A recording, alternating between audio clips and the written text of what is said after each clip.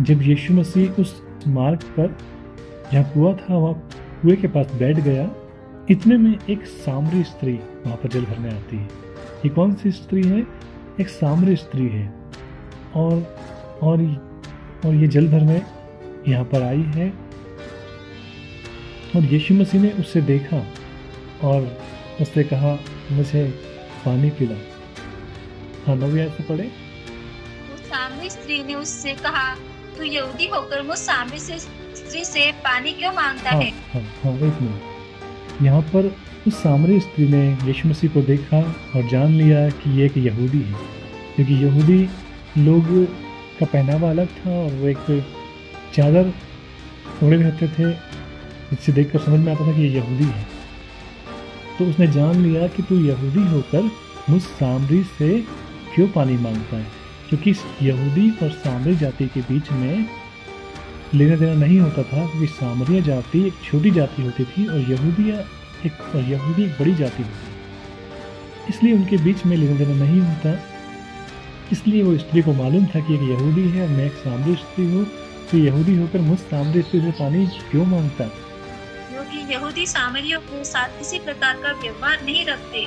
यीशु ने उत्तर दिया, यदि तू परमेश्वर के वरदान को जानती और यह भी जानती कि वह कौन है जो तुझसे कहता है मुझे पानी पिला, तो तू उससे मांगती और वह तुझे जीवन का जल देता। हाँ, अब यीशु मसीह उस स्त्री से पानी मांग रहे हैं और वह स्त्री अगर ये बात जानती कि वह कौन है जो उसे पानी मांगता है, तो वह स्त्री प्रभु यीशु मसीह से पानी मांगती और प्रभु यीशु मसीह उसे जीवन का जल देते।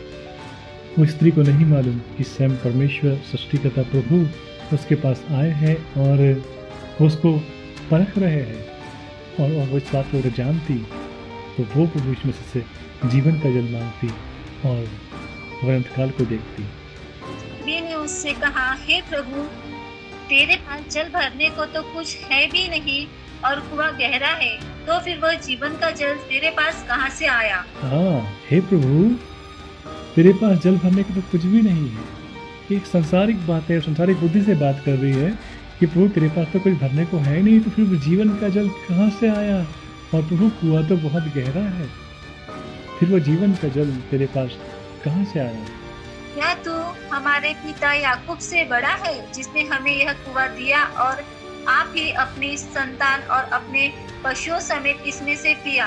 हाँ, तो क्या तू हमारे पिता याकूब से बड़ा है? क्योंकि याकूब ने ही हमें परमेश्वर के बारे में बताया है और ये कुआं भी हमें दिया है, और इसी से उसने भी आप ही पानी पिया है, उसके जानवरों ने भी इससे पानी पिया है। तो क्या तू हमारे पिता याकूब से भी बड़ा हो गया, जो हमें जीवन का जल दे रहा है? उसने तो हमें कुआं दिया था, और क्या तू हमें जीवन का जल देगा? क्या तू उससे बड़ा है? उसने उसको उत्तर दिया, जो कोई यह जल पिएगा वह फिर प्यासा होगा, परंतु जो कोई उस जल में से पिएगा जो मैं उसे दूंगा वो फिर अनंत काल तक प्यासा न होगा, वरन जो जल मैं उसे दूंगा वो उसमें एक सोता बन जाएगा जो अनंत जीवन के लिए उमड़ता रहेगा। प्रभु कह रहे हैं, जो कोई इस जल को पिएगा वह फिर प्यासा होगा, परंतु जो जल मैं उसे दूंगा उसे पीकर वह अनंत काल तक प्यासा ना होगा, वरन वह जल उसमें एक स्रोता बन जाएगा जो अनंत जीवन के लिए उमड़ेगा। तो यीशु मसीह ने कहा कि जीवन का जल मैं हूँ, जो मुझे ग्रहण करेगा वो फिर प्यासा ना होगा। जैसे हम आज उसके प्रेम को देखते हैं तो उसके प्रेम में संतोष है, उसके प्रेम में शांति है, उसके प्रेम में परिपूर्णता है। हमें कैसे मालूम हुआ? क्योंकि हमने जीवन का जल पिया है। तो आपने उस जीवन के जल को पिया है, और जीवन का जल यीशु मसीह है। और यीशु मसीह कहता है कि जो कोई इस जल को पिएगा वो फिर कभी अनंत काल तक प्यासा ना होगा, वरन यह जल उसमें एक स्रोता बन जाएगा और अनंत जीवन के लिए उमड़ेगा। आज आप क्या हो?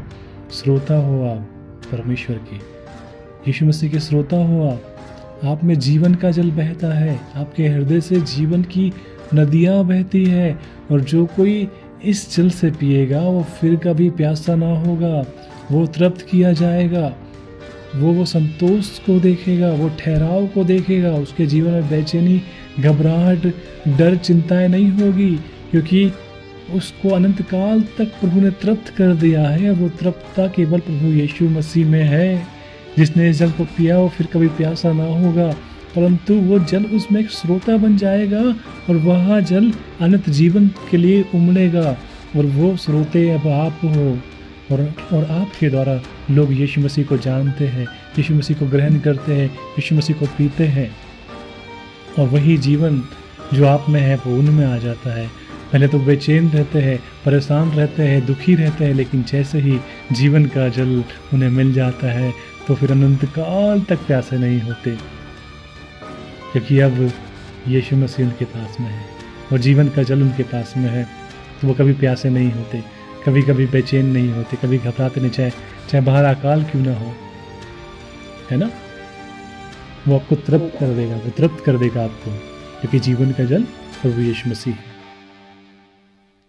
ठीक है, प्रभु यीशु मसीह इसको बता रहे हैं कि जो तू जल पी रही है ना वो खत्म हो जाएगा, वो तुझे अनंत जीवन नहीं देगा, लेकिन ये जो जल तेरे सामने है उस जल को जब तू पिएगी ना तो ये जल तुझ में एक स्रोता बन जाएगा और तू फिर कभी प्यासी नहीं होगी, और अनंत जीवन तक तू प्यासी ना होगी। और ये जल तुझ में एक स्रोता बन जाएगा और लोग तुझ में आकर पिएंगे, और देखो फिर कैसे आगे प्रभु उस स्त्री को एक श्रोता बनाते हैं और लोग उसके द्वारा आकर पीते हैं यीशु मसीह को और जीवन के जल को ग्रहण करते हैं। स्त्री ने उससे कहा, हे प्रभु वह जल मुझे दे ताकि मैं प्यासी न हो और न जल भरने को इतनी दूर आओ। वाह, हे प्रभु वो जल मुझे दे, क्योंकि जल भरने मुझे इतनी दूर आना पड़ता है और 2-2 3 घड़े भारी होते हैं प्रभु, उससे उठा के ले जाना बड़ा मुश्किल होता है, और गर्मी में तो अधिक जल लगता है प्रभु, इसलिए वो जीवन का जल मुझे दे ताकि मैं फिर कभी प्यासी ना हो। अभी भी वो प्रभु यीशु मसीह की बातों को समझ नहीं रही, वो साधारण वो सोच रही कि कोई ऐसा जल प्रभु दे देगा जो जिसको पी कर वो फिर कभी प्यासी ना होगी और ना जल भरने इतनी दूर आना पड़ेगा। तो प्रभु से बड़े सुंदर शब्दों में आंसर देते हैं। यीशु ने उससे कहा, जा अपने पति को यहाँ बुला ला। स्त्री ने उत्तर दिया, मैं बिना पति की हूँ। हाँ, यीशु ने उससे कहा, हाँ, फिर प्रभु ने कहा कि जा तू अपने पति को बुला ला। पर स्त्री कहती है कि मैं बिन पति की हूँ, मैं कैसे अपने पति को बुलाऊं, कौन मेरा पति बनकर यहाँ पर आएगा। यीशु ने उससे कहा, तू ठीक कहती है, मैं बिना पति की हूँ, क्योंकि तू 5 पति कर चुकी है और जिसके पास तू अब है वह भी तेरा पति नहीं। हाँ, यह एक मिनट, प्रभु यीशु मसीह से कह रहे हैं, तूने ठीक कहा कि तू बिन पति की है, तू 5 पति कर चुकी है और जिसके साथ तू रहती है वो भी तेरा पति नहीं है। हालेलुया। अब वो स्त्री शायद सुंदर होगी, खूबसूरत होगी, या उसकी किसी से बनती नहीं होगी, तो वो अपने पतियों को बदलती रहती है और कोई उसका पति नहीं, जो उसे अच्छा लगता है उसके साथ वो रहती है। एक व्यभिचार वाला जीवन वो जी रही थी और जिनके साथ रहती है वो भी उसके पति नहीं है, और तो फिर भी वो उनके साथ रह रही है। एक ऐसा जीवन उस स्त्री का है और यीशु मसीह उससे पहली बार मिले हैं और यीशु मसीह ने उसके जीवन की व्याख्या कर दी, उसके बारे में बता दिया। यह तूने सच ही कहा है। स्त्री ने उससे कहा, हे प्रभु मुझे लगता है कि तू भविष्यवक्ता। हाँ, वो स्त्री कहती है, हे प्रभु तूने सच कहा मेरे बारे में, मैं जान गई हूँ कि तू एक भविष्यवक्ता है, क्योंकि तूने मेरे जीवन का हाल बता दिया। तो वो स्त्री हैरान हो गई कि ये मुझे पहली बार मिला और ये साधारण मनुष्य नहीं है, क्योंकि उसने ये सब बातें बता दी जो मैंने की है। मुझे जान पड़ता है कि तू तो भविष्यवक्ता है, तू भविष्य को जानता है, इसलिए तूने सब बातें बता दी जो मैंने किया। हालेलुया। वो इतनी हैरान हो गई ये घटना को जानकर कि इसने सब कुछ बता दिया कि मैंने 5 पति कर चुकी हूँ और 6वें के साथ रहती हूँ, वो भी मेरा पति नहीं है। ये सारी बातें जब प्रभु यीशु मसीह ने उसे बताया तो वह हैरान हो गई, उसके पैरों तले जमीन सरक गई कि ये कैसे उसने बता दिया मेरे बारे में सब कुछ। कितनी सोचने वाली बात है कि यीशु मसीह से पहली बार मिला और सारा हाल उसे बता दिया, और वो हैरान हो गए प्रभु से मिलकर। कितना अद्भुत दृश्य है कि प्रभु उसके जीवन को बता रहा है, सब कुछ उसके बारे में बता रहा है, वो हैरान हो गई। हमारे बाप दादाओं ने इसी पहाड़ पर आराधना की और तुम कहते हो कि वह जगह जहाँ आराधना करनी चाहिए यरूशलेम में है। हाँ, यीशु ने उससे कहा, अब उनके बाप दादाओं ने आराधना करना सिखाया था, इस स्थान पर आराधना करना। उस समय यरूशलेम का मंदिर नहीं बना था, फिर यरूशलेम का मंदिर जब बना तो लोग वहाँ आराधना करने लगे। तो यहूदी लोग यरूशलेम में आराधना करते थे और उन्होंने स्थान ठहराया था कि परमेश्वर की आराधना करने का यही स्थान है। यीशु ने उससे कहा, हे नारी, मेरी बात का विश्वास कर कि वह समय आता है कि तुम न तो इस पहाड़ पर पिता की आराधना करोगे, न यरूशलेम में। तुम जिसे नहीं जानते उसकी आराधना करते हो और हम जिसे जानते उसकी आराधना करते हैं। यस, अब समय आता है कि ना आपको इस पहाड़ पर परमेश्वर की आराधना करना है और ना ही यरूशलेम में, क्योंकि ये तो स्थान मनुष्य ने बनाए थे उस समय में। लेकिन अब समय आता है कि तुम परमेश्वर की आराधना आत्मा और सच्चाई से करो, क्योंकि परमेश्वर एक आत्मा है और अवश्य है कि उसकी आराधना आत्मा और सच्चाई से की जाए। आपको यरूशलेम जाकर और पहाड़ों पर जाकर ही आराधना करने की आवश्यकता नहीं है। आप जहाँ हैं वहाँ रहकर आत्मा और सच्चाई से उसकी आराधना करें, क्योंकि वो अपने लिए ऐसे ही आराधकों को ढूंढ रहा है जो आत्मा और सच्चाई से उसकी आराधना करे, उसकी महिमा करे। क्योंकि उद्धार यहूदियों में से है, परंतु वह समय आता है, वरना अब भी है, जिसमें सच्चे भक्त पिता की आराधना आत्मा और सच्चाई से करेंगे, क्योंकि पिता अपने लिए ऐसे ही आराधकों को ढूंढता है। परमेश्वर आत्मा है और अवश्य है कि उसकी आराधना करने वाले आत्मा और सच्चाई से आराधना करे। एक मिनट, प्रभु यीशु मसीह से बता रहे हैं कि जो परमेश्वर है वो एक आत्मा है। तुम जिसे नहीं जानते तुम उसकी आराधना करते हो, लेकिन हम जिसे जानते हैं हम उसकी आराधना करते हैं। और परमेश्वर एक आत्मा है, इसलिए अवश्य है कि उसकी आराधना आत्मा और सच्चाई से की जाए। स्त्री ने उससे कहा, मैं जानती हूँ कि मसीह जो ख्रिस्त कहलाता है आने वाला है। जब वो आएगा तो हमें सब बातें बता देगा। यीशु ने उससे कहा, मैं जो तुझसे बोल रहा हूँ वही है। आमीन। वो स्त्री को जानती थी, उसे याकूब ने कुछ बताया था कि एक मसीहा आने वाला है और जब मसीहा आएगा तो हमें सब बातें बताएगा, हमें कैसी आराधना करना है, कैसे परमेश्वर के राज में हम जा सकते हैं, वो सारी बातें हमें बताएगा। इसकी चर्चा उस सामरी स्त्री ने सुनी थी, उसे कुछ मालूम था परमेश्वर के बारे में। अगर आपको मालूम है कि परमेश्वर कैसे प्रसन्न होता है, कैसे हम परमेश्वर को खोज सकते हैं, वो कहाँ मिलेगा और वो कैसे प्रसन्न होता है, तो आपके लिए आसान होगा उसकी भक्ति करना। अगर आपको जानते ही नहीं है तो आप कैसे उससे प्रसन्न करोगे। लेकिन जब आपको मालूम है कि जो हमारा परमेश्वर है वो एक आत्मा है और उसे आत्मा और सच्चाई से हम खोज सकते हैं, और उसने आज के समय में अपना कलाम हमारे बीच में रखा है, वो कलाम से प्रकट होता है, कलाम से जाहिर होता है, कलाम से बात करता है। अगर ये समझ आपके पास है, ये नॉलेज आपके पास है, तो आप परमेश्वर की भक्ति आसानी से कर पाएंगे, आत्मा से कर पाएंगे, सच्चाई से कर पाएंगे। यहाँ पर ये स्त्री गलत जीवन जी रही है, लेकिन इसे मालूम है कि मसीहा आने वाला है और जब मसीहा आएगा तो हमें सब बातें बताएगा कि हमें कैसे आराधना करना है। तब यीशु मसीह कहते हैं कि मैं जो तुझसे बोल रहा हूँ वही हूँ। हालेलुया। जिस मसीहा की वो बाट सालों से जो रहे थे वो मसीहा आ गया और उस मसीहा की मुलाकात उस सामरी स्त्री से हुई जो एक पाप भरा जीवन जी रही थी। और प्रभु कहता है कि मैं पापियों को दंड देने नहीं आया पर उनका उद्धार करने आया। और वो सामरी नगर के अच्छे मनुष्य से नहीं मिला, लेकिन एक सामरी स्त्री से जो पाप में जीवन जी रही थी उससे वो मिला। उस पापी स्त्री से उसकी मुलाकात हुई, उस कुएं पर उससे मुलाकात हुई, उसने उसे जीवन का जल दिया। जब उसने कहा कि मैं वो मसीहा हूँ जो जगत के उद्धार के लिए आया हूँ, तो जब ये बात उसने जानी तो वह स्त्री तुरंत अपना घड़ा छोड़कर सामरी नगर की तरफ भाग गई। उससे रहा नहीं गया, उसने मसीहा से मुलाकात कर ली और उसका जीवन धन्य हो गया और उसका जीवन बदल गया। और प्रभु ने उससे ही अपने राज्य के लिए इस्तेमाल कर लिया। अपने आप को जैसे उस पर जाहिर किया तो प्रभु से मुलाकात करके उसका जीवन बदल गया। वो नगर में दौड़ कर गई और सारे सामरियों को उन्होंने बताया कि देखो एक व्यक्ति मुझे मिला है और उसने वो सब बातें बता दी है जो मैंने किया।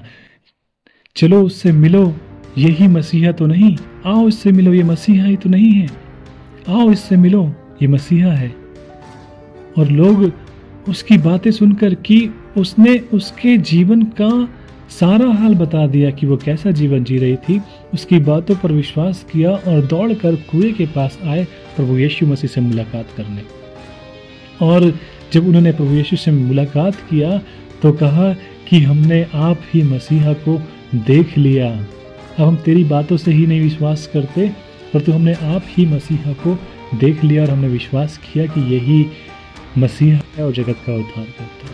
और उससे विनती की कि हमारे नगर में रहे, और यीशु मसीह 2 दिन तक उनके नगर में रहे और उन्हें परमेश्वर के राज का सुसमाचार सुनाया और पूरा राज्य प्रभु यीशु मसीह को ग्रहण किया और उन्हें जीवन का जल पिया। उन्होंने विश्वास किया मसीहा। ये सुंदर मुलाकात जब उस स्त्री की प्रभु यीशु मसीह के साथ हुआ तो जो पाप में जीवन जी रही थी वो बदल गई, और उसी को प्रभु ने इस्तेमाल किया और वो सारे सामरी के छुटकारे का कारण ठहरी, और उसने सबको बुलाया और सब यीशु मसीह के पास आए और सबका उद्धार हुआ। अब यहाँ पर प्रभु यीशु मसीह ने उसे श्रोता बना दिया। जब वो जीवन का जल उसे दिया, वो श्रोता बन गई और बाकी लोगों ने आकर उसमें से पिया। तो ऐसे ही परमेश्वर जब जीवन का जल आपको देता है तो एक श्रोता बनाता है और आप में अनंत जीवन, आप में जीवन का जल उमड़ता है और आप एक श्रोते की तरह आज इस्तेमाल होते हैं और आपके द्वारा लोग यीशु मसीह को जानते हैं, उस जीवन के जल को ग्रहण करते हैं जो हमें अनंत जीवन देता है। वो जीवन का जल है, उसमें से पियो, वो जीवन का जल। उस स्त्री की बड़ी सुंदर मुलाकात उस प्रभु मसीह से हुई, उस सृष्टिकर्ता से हुई, और उसका जीवन बदल गया। और वो पाप में जीवन जी रही थी तो उसके पाप प्रभु ने उसे बता दिया और उसे पश्चाताप हुआ और वो दौड़ कर नगर में गई और उसने अपना हाल बता दिया कि देखो, उसने मेरा हाल मुझे बता दिया कि मैं कैसा जीवन जीती हूँ। और सब ने आकर उसकी बात पर विश्वास किया और यीशु मसीह को पाया और जीवन का जल उन्हें मिला। आमीन। आज वही जीवन का जल हम में है और हम भी आज एक श्रोते की तरह है और हमारे द्वारा परमेश्वर लोगों को लेकर आता है और आपके द्वारा लोग जीवन के जल को पीते हैं। आज प्रभु ने आपको और मुझे श्रोता बनाया, हम उसके श्रोता है, वो हमारे द्वारा जीवन का जल लोगों को देता है। आज लोगों को जीवन के जल की आवश्यकता है क्योंकि लोग डिप्रेशन में है, तनाव में है, बीमारियों में है, बेचैन है, नशे के आदी है, व्यभिचार के आदी है। आज उन्हें जीवन के जल की ज़रूरत है। वो जीवन का जल हमारे पास, जब हम वो जीवन का जल उन्हें देंगे तो वो भी शांति पाएंगे और हमारी तरफ वो भी, उनका भी जीवन बदल जाएगा। उस स्त्री का बदल गया, आज हमारा बदल गया, कल लाखों लोगों का जीवन बदलेगा क्योंकि यीशु मसीह जीवन बचाने वाला परमेश्वर है, उद्धार करने वाला परमेश्वर है, पापों की क्षमा करने वाला परमेश्वर है। उसे दंड नहीं दिया लेकिन उसे क्षमा किया और उसे इस्तेमाल कर लिया और पूरे नगर को उसके द्वारा बचा लिया।